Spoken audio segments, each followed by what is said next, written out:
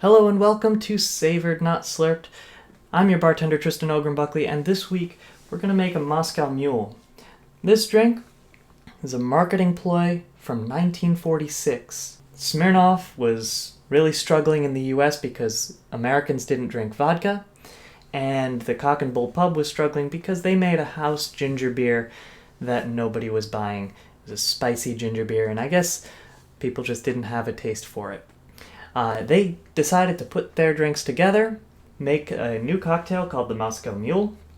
They went and found a third struggling entrepreneur and bought a whole bunch of copper mugs from them, not for any practical purpose, but just because it was a neat way to serve it and would catch people's attention. And they threw it together and made the Moscow Mule.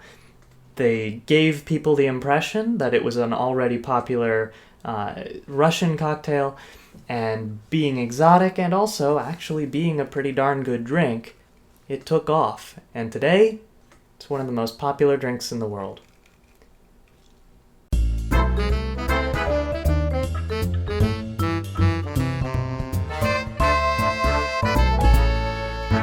The Moscow Mule is a kind of highball, which is that it has only one kind of liquor and a mixer, and a squeeze of lime too, which isn't really a big deal. In fact, I'm just going to prepare the garnish ahead of time. I will need a half a lime, so I'm going to do a sort of a modified lime wedge with a half a lime. That'll work. And it's served traditionally in a copper mug. As we know, it's marketing gimmick from 1946, but it actually is kind of nice when you're drinking the drink to have the outsides frost over. It makes it feel really authentic and really neat. Now, some recipes call for the ice to be cracked. If you wanted to do that, you just take a spoon and whack it right over the back like that. Cracked ice has more surface area, so it chills faster. So, starts with 1.5 ounces of vodka.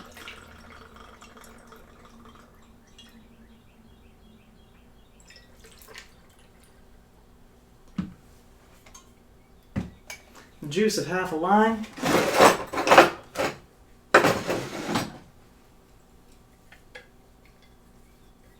You could just squeeze this by hand too. It doesn't really matter. The juice is not meant to be a major player in this. I like a good amount of lime though in this. Some recipes call for the discarded shell to be put in there.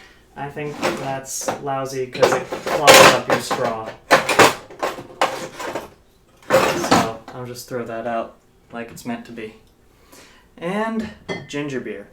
Now you've got some options with ginger beer. You could go with an alcoholic ginger beer or a non-alcoholic ginger beer. Personally, I'm going Krabby's, not because it's an alcoholic ginger beer, but because it's mild.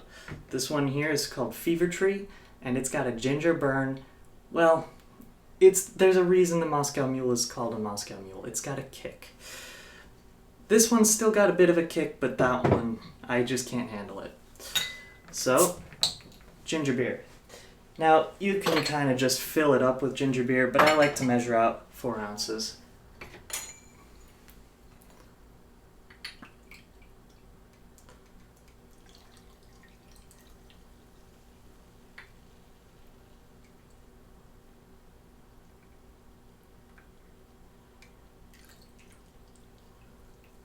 That comes right up to the top of the glass, or cup.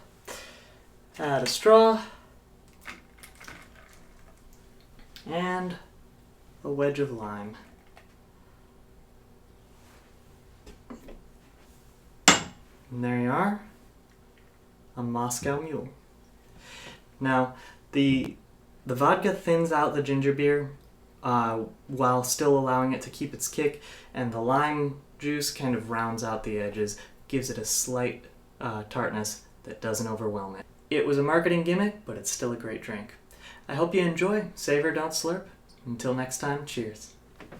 Thanks to the folks at Pure Copper for providing the mug for this week.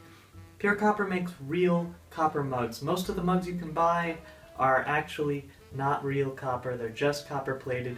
These guys didn't even finish here. And not only that, it's solid, it feels real, authentic, and it's the perfect size for the Moscow Mule. I really love it. That's my review. Go check it out and buy your own, because this one's mine.